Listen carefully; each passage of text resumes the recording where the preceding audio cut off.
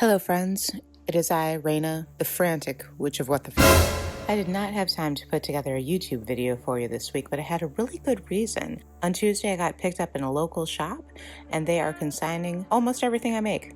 In fact, everything I make. So I rushed like a chicken with my head cut off every night after work, getting everything ready, tagged, polished, working up a few new pieces of jewelry, creating a few new sets of resin runes. I have been busy, but it is very exciting. I ended up putting together 42 pieces to have in the shop on opening day. So just showing you a little bit of what goes into that complete madness, from making sure each individual piece is ready, making tags for it, stringing the tags on. Not that I really video that part because it's terribly boring and I think you all know how to do that. So I did include, of course, some footage of popping resin out of the molds because may I tell you, that is about the most satisfying thing on earth. Well, one of them. I make these runes out of resin and recycled coffee grounds. I'll have the video linked above if you're interested in seeing how we make those. These pendants and very small earrings are made from acrylic skins, so all of the paint that has flown off whatever substrate I was using at the time can be saved and glued to the back of one of these glass cabochons and then glued into a bezel, or you can put it in resin or many other ways. And these leaves are made out of resin. If you would like a video on either one, I'd be happy to make it. Just tell me in the comments.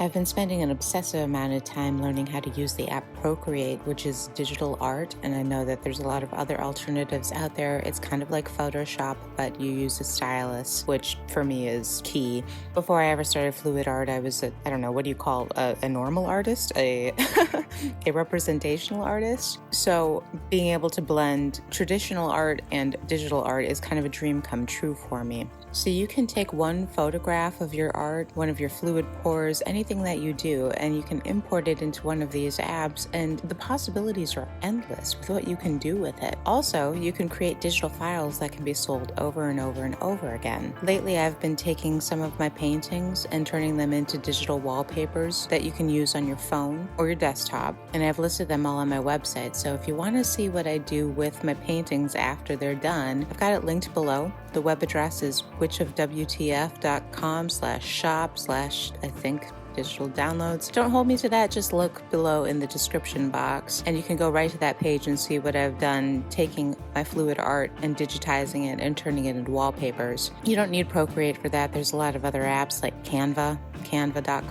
That is a really good one to use for that. But if you want to get really creative and blend your photographs with other photographs and change the colors and change things in your art, you can, and Procreate is a cool way to do that. So yeah, I have been busy, super busy, but this is one of those little dream come true moments when I got to take everything I make and put it in one place and let somebody else sell it for me. I don't have to list each individual thing on a website, and that makes me really pleased, because listing things on a website and Etsy kind of takes the fun out of making them. I'm gonna be honest with that.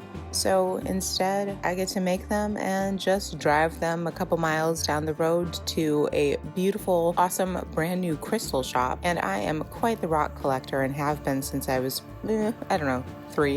2. Ever since I could toddle around picking up rocks, I have been collecting rocks, and at this point my collection is ridiculous, probably. I swear everybody I've ever been with has felt sheer torture whenever I'd say, ooh, a rock shop, especially when we were traveling, because they just knew there's 3 or 4 hours out of the day right there for me to look at rocks. Not exaggerating at all. I once got to the Tucson Gem and Mineral Show. That had to have been one of the coolest experiences of my life. It was like 3 football fields full of rocks, gems, minerals, specimens, all of it. I was in heaven. A very massively large thank you to 611 Crystals. They're a brand new shop in La Crosse, Wisconsin. I've got her information linked below if you are interested. She's got amazing stuff. And I am so honored and happy to find a home that feels so aligned for what I make and my particular way of moving through the world. So this is excellent. I wish all of the best luck, citrine and jade elephants by the cash register and all that sort of thing. Good wishes to 611 Crystals.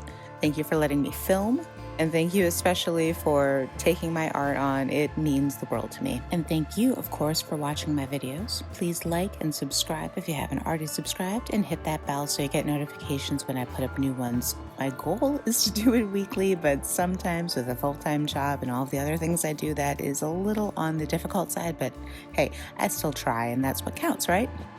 While you're at it, give me a follow on Instagram. I've got Facebook pages and, of course, my website, my shop, witchofwtf.com. If you're interested in seeing how you can sell your own art, I feel like I've got a fairly decent example set up. Peruse it. Ask me if you have any questions. I hope you have a beautiful day. I hope you have a beautiful week. And we'll be back to our regularly scheduled programming just as shortly as spring is starting to show. I don't know if that makes any sense, but we're going to roll with it. See you later.